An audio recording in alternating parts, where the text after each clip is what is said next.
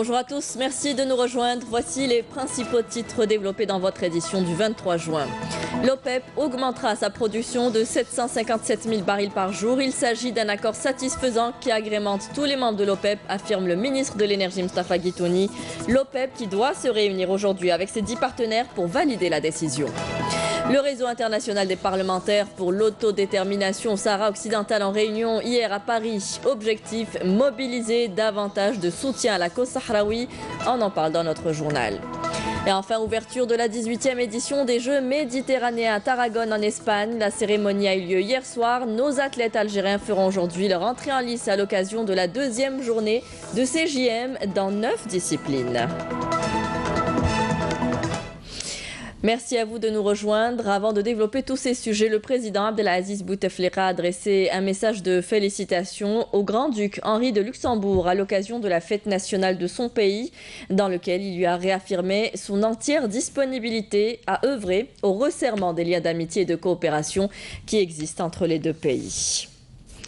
L'Organisation des pays exportateurs de pétrole, l'OPEP, a décidé à l'unanimité d'augmenter sa production de pétrole de 757 000 barils par jour. Le cartel doit se retrouver aujourd'hui avec ses 10 partenaires, dont la Russie, pour valider la décision, malgré les réticences iraniennes.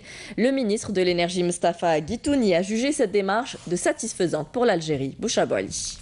Après moult tractations et d'âpres négociations, l'OPEP a décidé d'augmenter sa production de 757 000 barils jour, limitant ainsi à 100% son niveau de production fixé dans le cadre de l'accord d'Alger. L'accord de hausse mondiale de production que l'OPEP doit valider aujourd'hui à Vienne avec ses partenaires est jugé satisfaisant par l'Algérie. En réalité, c'est un accord qui est satisfaisant, qui agrémente tous les membres de l'OPEP. Et qui sauvegarde d'un côté les intérêts du consommateur et les intérêts du producteur. Donc cet accord nous ramène à réaliser les 100% de la production. En mai 2018, on a réalisé 152% sur le quota qui a été donc mis dans l'accord.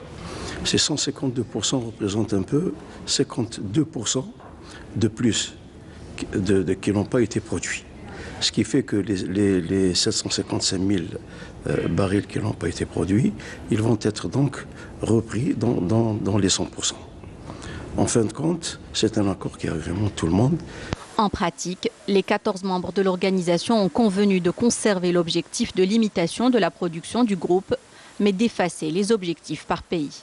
D'ailleurs, l'accord conclu vendredi a été marqué par les concessions faites à l'Iran, hostile à une augmentation trop marquée de la production. L'Iran qui a tout de même pu sauver la face en assurant que le consensus dégagé correspondait à ce qu'il avait proposé et accepté, à savoir respecter l'accord à 100%.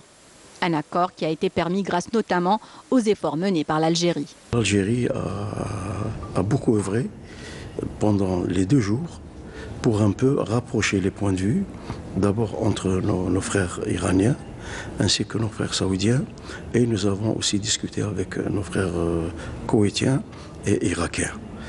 Nous avons aussi discuté et nous nous sommes réunis avec nos amis et frères vénézuéliens pour qu'ils puissent un peu rapprocher leurs points de vue. Et c'est ce qui a été fait. Et nous sommes très contents pour cet accord qui un peu marque la stabilité de l'organisation et qui équilibre entre l'offre et la demande. Les pays producteurs comptent se réunir en septembre prochain à Alger pour discuter des évolutions du marché pétrolier dans le cadre de la réunion du comité ministériel conjoint de suivi de l'accord de réduction de la production pétrolière des pays OPEP, non OPEP.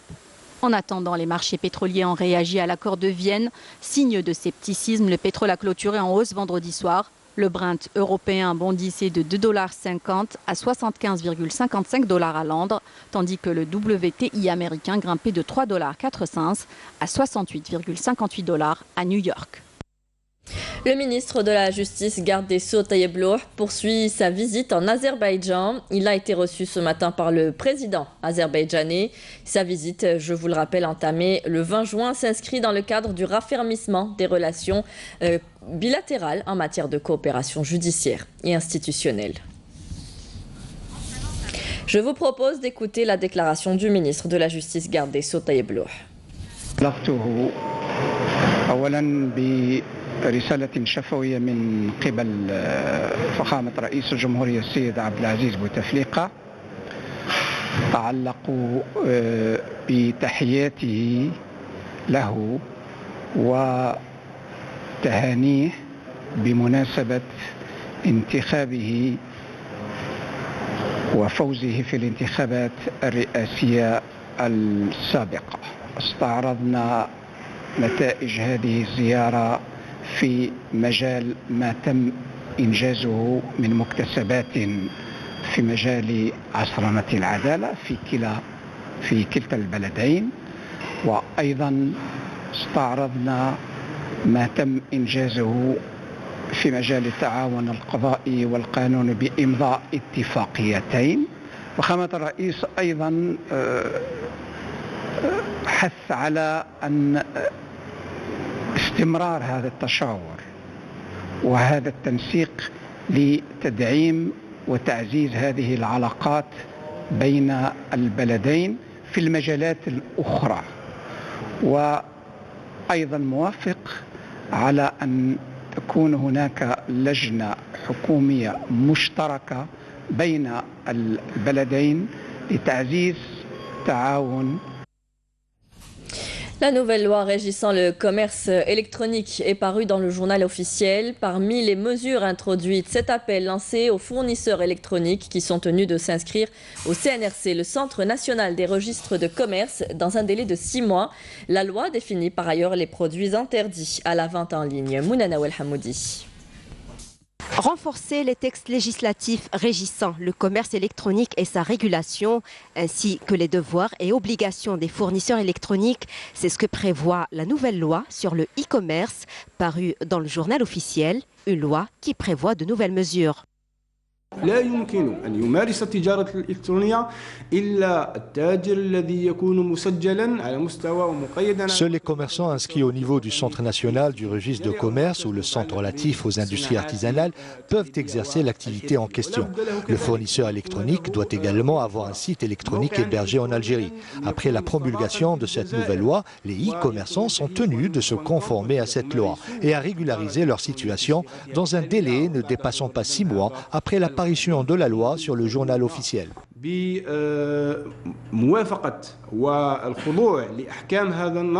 Les moyens de paiement électronique et la protection des données personnelles des consommateurs sont définis par la nouvelle loi.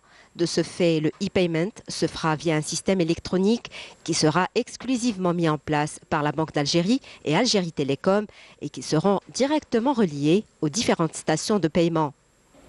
هذه المنصات تكون محمية في إطار قواعد التصديق الإلكتروني والمكرسة كذلك بموجب قانون صدر. Le système électronique sera protégé dans le cadre des règles de légalisation électronique consacrées par la loi 1504 qui définit les règles générales de signature et de légalisation électronique. Dernièrement, Algérie Télécom a procédé à l'acquisition d'une plateforme électronique monétaire permettant aux clients d'effectuer différentes transactions à travers la carte Dahabia. La loi 1504 définit également les produits interdits de vente en ligne, comme les produits pharmaceutiques, le tabac et les droits de la propriété intellectuelle. Le ministère des Ressources en eau met en place un programme d'urgence pour assurer l'alimentation en eau potable de 24 wilayas durant la saison estivale. Une des solutions envisagées, le transfert des eaux des barrages vers les communes concernées. Mounana Welhamoudi. Il s'agit là de la plus importante opération visant à assurer la disponibilité de l'eau potable au cours de la saison estivale. Ce plan d'urgence comprend plusieurs projets pour assurer une alimentation régulière en eau potable pendant l'été et mettre fin aux perturbations récurrentes dans la distribution de l'eau.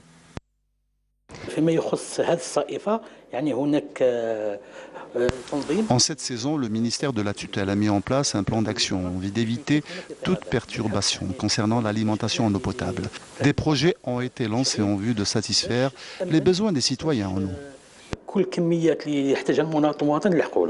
Ce programme, qui concerne 24 wilayas du pays, prévoit plusieurs projets au profit de plus de 3 millions d'habitants, et ce à travers le transfert des eaux des barrages vers différentes villes et agglomérations. Parmi les principaux projets, celui consistant à transférer les eaux du barrage El Mouen vers les communes de Stif, El Alma, El Ourissiya et Ain Abbassa au profit de 670 000 habitants. Il y a également le projet de transfert des eaux du barrage Ourkis vers toutes les communes de Bouaqi. Par ailleurs, il est prévu le transfert de la station de dessalement de Maqta' à Oran vers 19 communes à Mascara.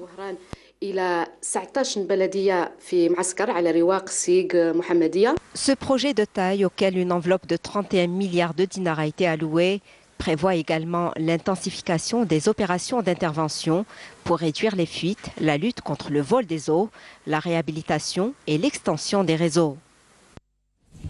Dans le cadre de la lutte antiterroriste et lors d'une opération de fouille et de recherche menée dans la localité de Koudiet Rasserdeb, commune de Tamalous au sud-ouest de Skikda, un détachement de l'armée nationale populaire a découvert hier le cadavre du terroriste Ben Sghir Abdel Nasser, alias Abou Zakaria, qui avait rallié les groupes terroristes en 1994, alors qu'un autre détachement a découvert et détruit 2 casemates pour terroristes lors d'une opération de ratissage menée dans la zone de Wejnen Sahel, commune de Ain Zwit, dans la wilaya de Skikda, toujours selon un communiqué du ministère de la Défense nationale.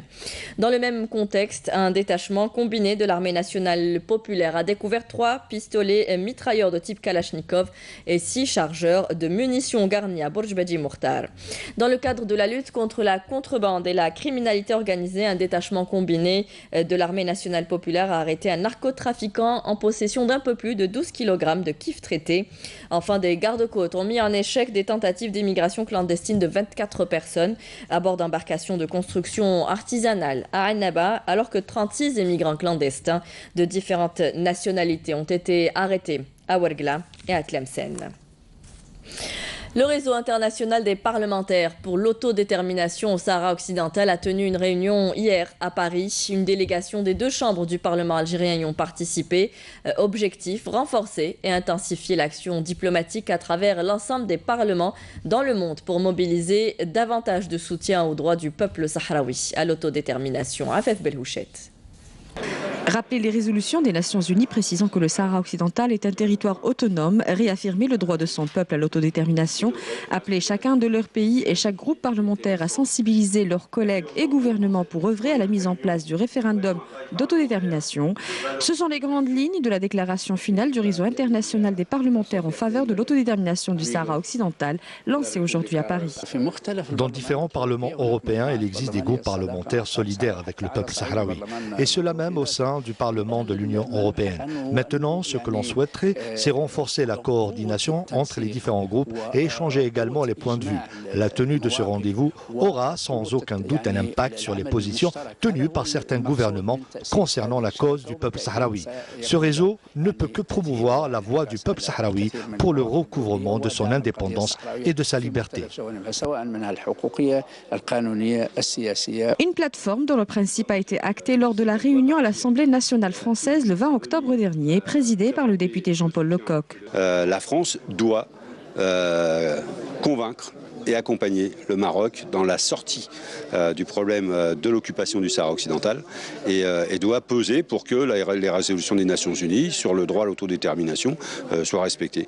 Et c'est ça aussi le fait de réunir les parlementaires de différents continents et de différents pays à l'Assemblée nationale, c'est pour qu'il y ait un message aussi en direction des autorités françaises pour dire voilà, cette question du droit, du respect du droit international interpelle dans tous les pays. Une action d'autant plus cohérente qu'elle repose sur la légalité internationale, comme l'a souligné Abdelhamid Siafif, qui n'a pas manqué de rappeler le principe de soutien inconditionnel à tous les peuples colonisés, qui a toujours animé la diplomatie algérienne de par son histoire. La cause sahraoui, elle a une base juridique. Ce sont les résolutions du Conseil de sécurité, de la communauté internationale, les résolutions de l'Union africaine et la Cour de justice européenne qui donne raison, n'est-ce pas, à la cause sahraoui. Donc nous sommes très à l'aise, nous avons des assises juridiques. Maintenant, il faut que cela soit relayé au niveau politique. Et au niveau politique, il y a la société civile, mais elle doit être appuyée par la légitimité des peuples qui est incarnée par les parlementaires. En effet, le manque de visibilité médiatique internationale à cette question demeure une entrave majeure à sa résolution. À titre d'exemple, près du 5e des parlementaires européens, à savoir 119 parlementaires réunis dans l'intergroupe, soutiennent le peuple sahraoui. Pour autant, une minorité des citoyens européens connaissent jusqu'à l'existence de ce conflit. Les Jeux méditerranéens, ils se tiennent cette année en Espagne, à Tarragone. La cérémonie d'ouverture de cette 18e édition a eu lieu hier, une cérémonie haute en couleurs. Selon les organisateurs, les JM 2018 battront tous les records avec la participation annoncée de plus de 3600 athlètes représentant 26 pays, en plus de l'intégration de 3 nouvelles disciplines, à savoir le triathlon, le waterpolo et le basketball. Le ministre de la Jeunesse et des Sports, Mohamed Hattab, le président du comité olympique et sportif algérien, Mostafa Braf, et le Wali d'Oran, Mouloud Cherifi, dont la ville se prépare à accueillir les Jeux méditerranéens de 2021, y ont pris part.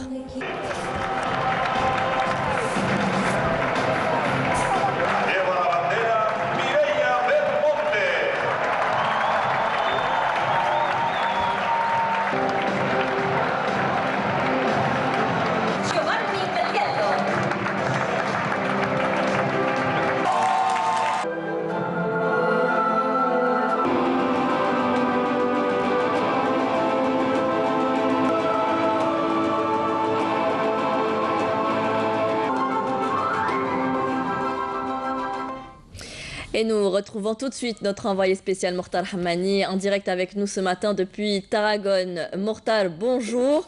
Alors des athlètes algériens de 9 disciplines dont le karaté-do et le triathlon feront aujourd'hui leur entrée en lice à l'occasion de cette deuxième journée des Jeux méditerranéens. L'Algérie ambitionne d'améliorer sa moisson de médailles pour cette édition. Une première alors cette année pour les Algériens, leur participation au triathlon que vous suivez d'ailleurs actuellement en ce moment même. Parlez-nous après aussi des chances que nous avons de remporter des médailles aujourd'hui, Mortar.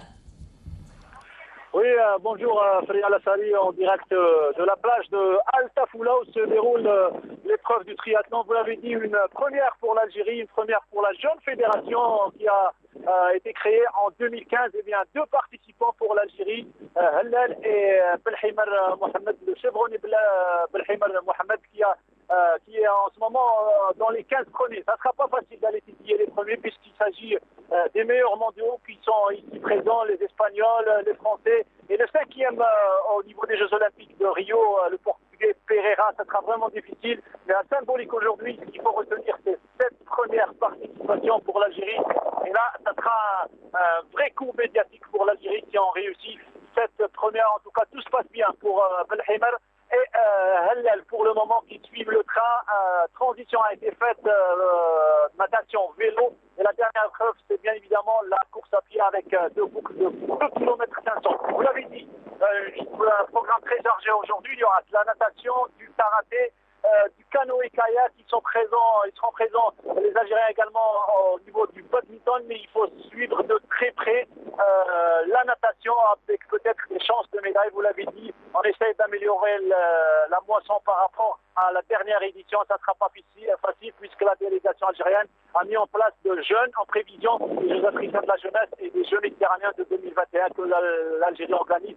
À Oran, il y aura également du volleyball à partir de 15h heure algérienne. L'Algérie, l'équipe féminine qui affrontera l'équipe slovène. Tout ça, on va revenir dans l'édition de 19h avec plus de détails.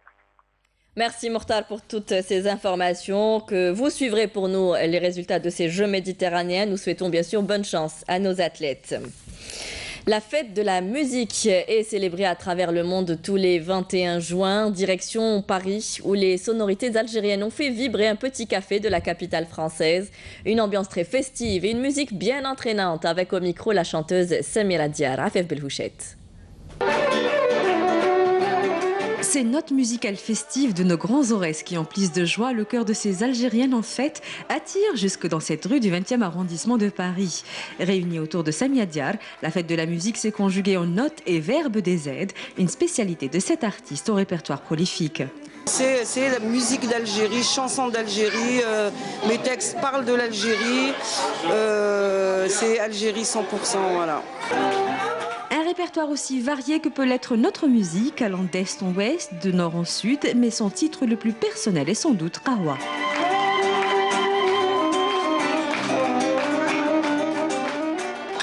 Qahwa Berda, voilà, entre Berda et le Ber ou le Berd. Et c'est à l'initiative de Hind, jeune restauratrice algérienne, que cette fête a été organisée. On essaye de faire passer, via la culture, la musique et la cuisine, du coup, pour passer une soirée sympa qui nous fait rappeler notre pays, quoi. Petits et grands se sont donnés à cœur joie, dansant, tapant des mains et même jouant, reprenant en chœur le refrain. Ce mini-public est à l'image de celui que Samia avait connu en Algérie à ses débuts et qu'elle souhaite retrouver. Franchement, c'est quelque chose qui m'a toujours manqué. J'ai fait beaucoup de scènes en Algérie dans les années 82-93 pendant 2 années. Et après de 98 jusqu'en 2002, j'ai fait les petits villages, les grandes villes, et ça me manque énormément. Le public algérien me manque, ouais.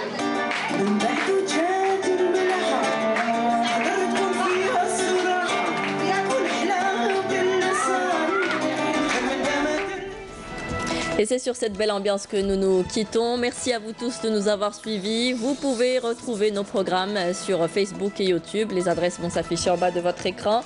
Tout de suite, Frial Chir pour les prévisions météo. Très bonne journée à tous. Au revoir.